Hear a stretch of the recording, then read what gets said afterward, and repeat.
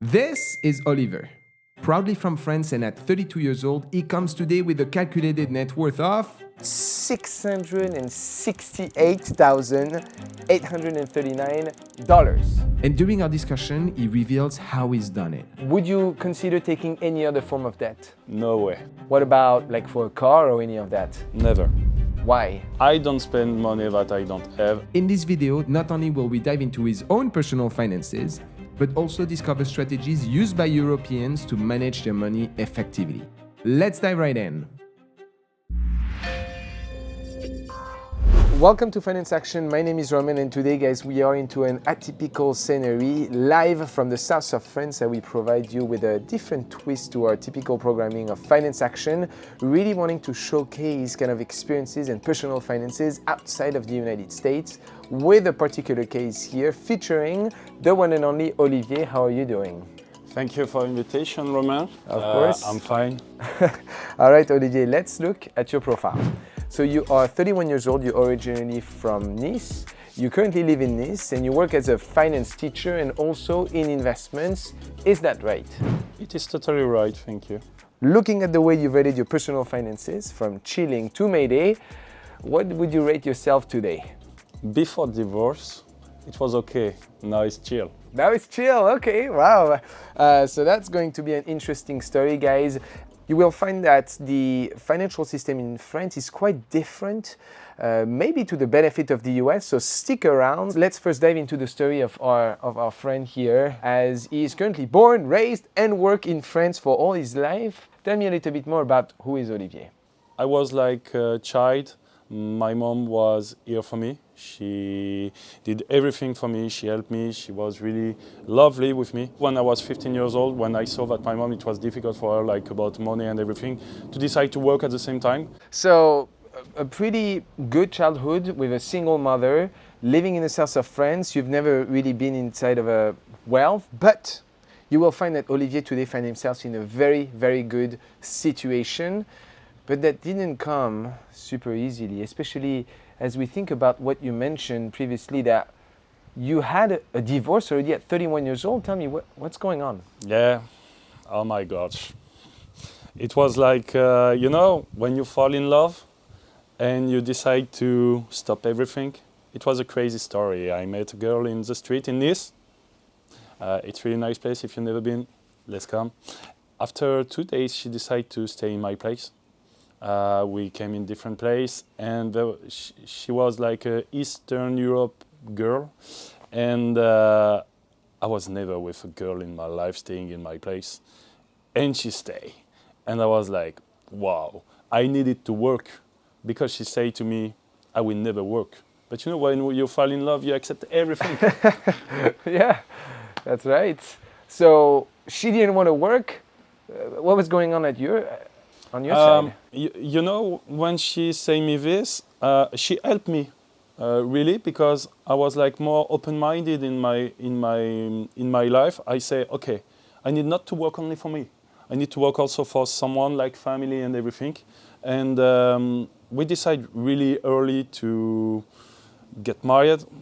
And after, it was like really nice, but at the end, I saw that it was not the good way of life, and for finance it was like a warning, and this warning was really make me stress. I see. So how long were you with your partner at the time? How long did this last? We were doing almost 3 years, Almost and 3 years. I just get divorced like 2 weeks ago. So now it's but it's okay. Thank you for asking question. So tell me a little bit more about what was the click at some point that told you, I'm done with kind of my relationship, I'm done with maintaining this lifestyle. What was the thing that made you say, stop? There were different things. First one, maybe you didn't see this in United States, but in Europe there was like a little crisis in the beginning of this year about property. And I see a part of my assets are going down. And I lost like almost 100,000 euros. So, and at this time I just say to my ex-love, it would be more difficult. And you know, she didn't accept. And she said to me, if you don't have enough, you need to work more. And I was like, you don't help me, nothing. And I was like, more interesting, like to say, I need to stop. And you know, when you see all your money going down, you say, okay, I need to have a stop. And this stop was this girl. And it was big reason that I stopped, and about other things, about my friend, my family, who say to me, it's not good. And I decide to find like a psychologist to help me, to give me power for that. And I decided to stop. It was not easy at all, but it's a good choice. Sometimes it's like investment. You need to stop it. So what were some of the financial repercussions of the divorce? Because in the United States, generally it's 50-50. You know, in France, there are like two ways of divorce. First, it depends on your contract of wedding. And when I got wedding with my ex, I did separate. And You did a prenup. Exactly. And Nice. yeah, I'm wife manager. I was in love, but I was not too much crazy. Lawyer is here for you. And you have two ways. The first one is like you go to the judge and he decide how much. And it's like, okay, how long you stay with the girl? What do you have? What she got? And there is also one thing. It's like, okay, how much did you earn? And because she's living with you with this money, she needs to have a part of this money during a part of her life. So it's really crazy. And me, you know, there is another way. It's like with two lawyers, and it's like an agreement. And I say with her, I want an agreement with you. And she was okay. She asked me my dog. It was really painful for me to live in my place up to divorce. And money. How much? 6,500 euros Wow. A month or a total? total. Does she know how much you have? She knows. And she only asked for 6,000? She wanted to have this quick. I manage it. That's a good deal, huh? It's a deal. You don't owe anything else? No.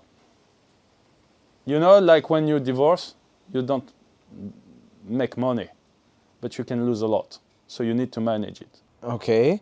So generally, when you go through a divorce, the finances dip. But on your side, what you're telling me is that you were okay, but now you're chilling, so your finances went up. How do you explain that? You know, when you spend like almost like between 2,000 and 2,500, because I spent for this girl like almost like 65,000. Only things that I saw on my bank statement, because other things, it was more, but it's like this, and I regret nothing. You know, when you don't have this spending, you can put in on other things. Of course, last week I was in Saint-Tropez and in different place, so I spend this money for me and not for her.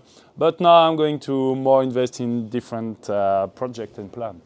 Okay, so what we'll be discussing here in the next couple of segments is, you know, the financial situation that you find yourself today, which actually is very strong. I was particularly impressed looking at your case, but also we'll be discussing a little bit of the mindset, because what our friend is about to showcase is truthfully, and this is something that I'm trying to bring sometimes in the show as well, is how do, you know, going out of the bubble of the United States and kind of the financial system, how do other countries think about saving, about spending, about using credit?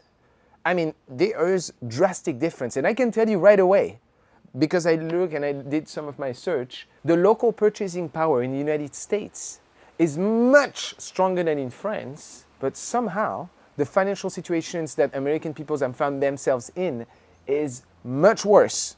In fact, let's move on briefly as we think about some of the component specific to your story, where I'm going to bring in some insights specific to those differences as we look into both of your income and your assets.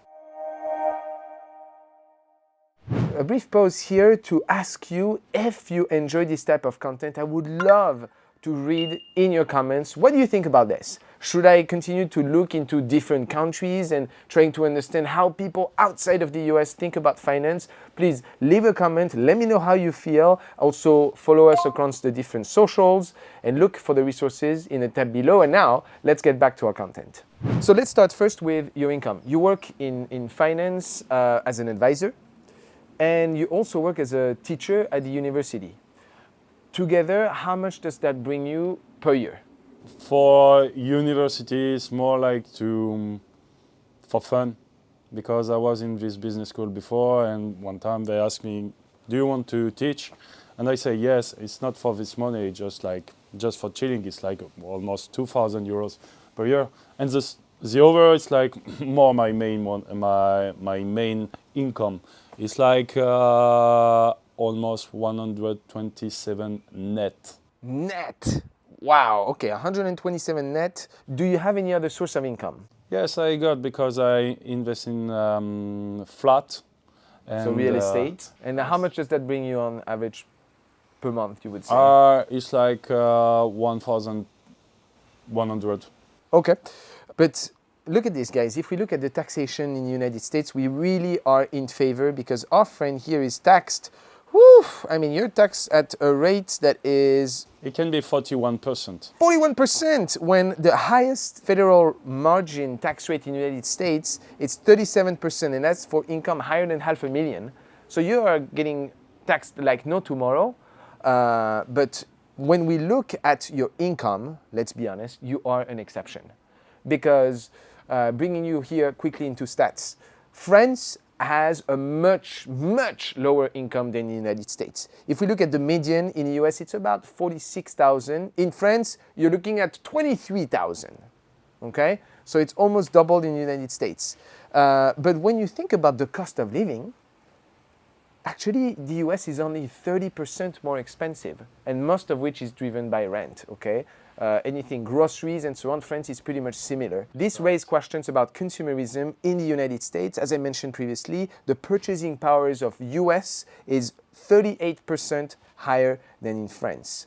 So that is, congratulations on making this income in this country at this age. And so despite having an expensive venture with your previous partner, you've been able to really invest your money wisely, and that has come from very thoughtful approach with how you manage your finances.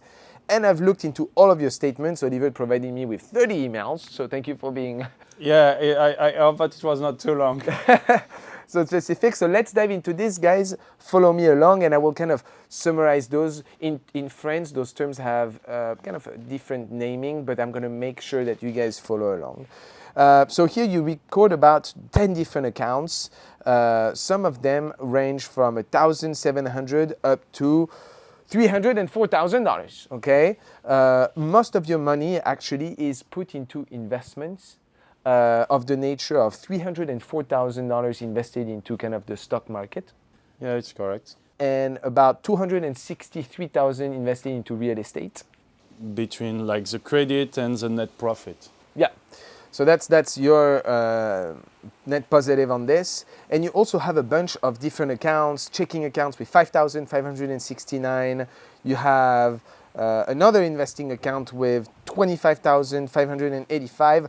Altogether, guys, if we look at your total amount of assets today, you're coming at $668,839. I didn't know, but we prefer to have 60, 60, 60.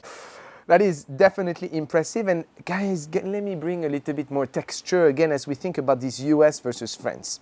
Number one, about 55% of Americans own stocks, whereas in France, only 13% of people invest in stock. Those are definitely more risky investments, but that kind of raises the idea around a measurement of risk. The French appetite to risk is much lower. Yeah, but if I can say something like about like the French market, people are more thinking about property than to invest in stock. Because when you are in US, I got one uncle who is living in Chicago and is investing for all his children money in stock. In France, like when you use money in stock, there are people who are like, wow, it's so crazy. What you are going to do, you're going to lose everything. But if you just check one thing between 2000 and 2020, the more money that you make it was in shares. Yep. No, I mean, it's true. The stock market was really strong. But again, it comes to the French appetite to Totally agree. to taking risks. And when we look at saving behaviors of the French people, on average, people in France save 18% of their salary. In the United States, 3.9%. But, you know, it kind of really raised some ideas around how is financial scenes? Like when for you to be able to accumulate $669,000, you are driving today a shit car. I mean, let's be honest. It's nothing crazy. It's a $15,000 car. You could very well roll on Mercedes or BMW if you wanted to. But walk me through the idea that you have with regards to your finances. How do you conceptualize it? You know, about my finance and everything, it's like different about what's your plan. And today I like to have, like, as you say, cheap car. For me, it's just a car. I don't care about car. Me, I prefer like to have money and to invest to prepare my future. So today, showing with almost, you know, $250,000 at 31 years old, how much of that money was given to you or that you inherited? 0. 100%. 100% was me. The only thing that my dad, yes, he gave me 200 euros every year for my birthday. So I don't, it's not like something. At the same time, I work like since I'm 16 years old. So every time in my way, I was like, okay, when I earn like 100, I put like maybe 30 just for the future in case, for a new project and everything. And it was my mind. What has worked for you? I met a mentor. He helped me for making money at the beginning. He gave me advice. And after, it was my mindset. It was just like, I need to work. I needed to find like one person every day to speak about what I do. And it was really hard. But, you know, it was like a game. And I love game. And this, it is really interesting. And you know, like, life is a challenge. And I like to take challenge. So I would like that maybe in 1-2 years you will interview me and it will be like the double. Okay. How is your conception with money? Tell me, how do you look at money? I look like money like a way of life, but it's not the most important things. I think family, friends, discover the world, but for this, you need money. All right. Now that we know a little bit more about our friend Olivier, let's transition to our next segment, which looks at your debt and your expenses. Okay, Olivier, let's look briefly as to how do you manage your money and where do you spend your money. Well, thank you for providing me with your statements, and for the most part, guys, it's going to be fairly short. Our friend spends on rent about $1,700, a lot of which is your credits, right? The mortgage that you have, that is 15% of your income. We like it to be below 28, so spot on. As we transition to some of the rest of your expenses here for your car, you're paying your car cash, so no car debt, about $100 of fuel and $80 of insurance. So that brings your car transportation expenses to 2% of your income. We like it to be below 15, so again, you're spot on. If I look at some of your recent expenses, you are having a little bit of fun traveling around. Here recording about how much per month would you say you spend traveling? I think almost 1,000. Per month? Okay, wow. And when it comes to food, definitely you like to enjoy some restaurants, but you can afford those at the rate of how much per month would you say? I think like between 700. 700? Okay. If we add on top of that kind of food needs with groceries of 500, that's a pretty decent budget. That's probably your primary expense. I really like food. No, I think that's fair. I see something very interesting. You help your family as well. Yeah, it's true. How much do you spend on your family? 300 per month. Who do you give that to? I give to my mom and my dad, and sometimes it's just like to help them, like to go to travel 1 time per year or 2 times per year. So I like that. Very nice. And guys, that's about it. Our friend doesn't have a boat, he doesn't have jet skis, you don't have like crazy toys. For the most part, how much would you say you save per month right now of your income? So now I get divorced, so it's much bigger. How much would you say? It depends, but I think I invest 40 or 35% of my income. You're being very thoughtful. As we look at your needs, it's about 35% of your income. We like it to be below 50. So again, you're striking really, really good on this. And then your wants, of course, we're maintaining food, a little bit of travel, Russian language classes. Is there anywhere you spend money where you shouldn't? Yes, sometimes I could spend money like maybe too much, like when I'm with friends and we are in a club or a nightclub, I pay too much shots. But other than some shots at the nightclubs? I got an education to take care.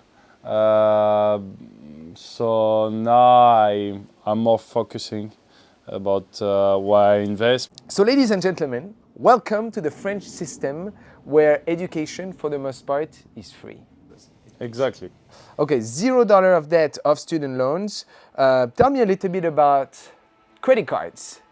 I see that you have a credit card, but today I see a balance of 0.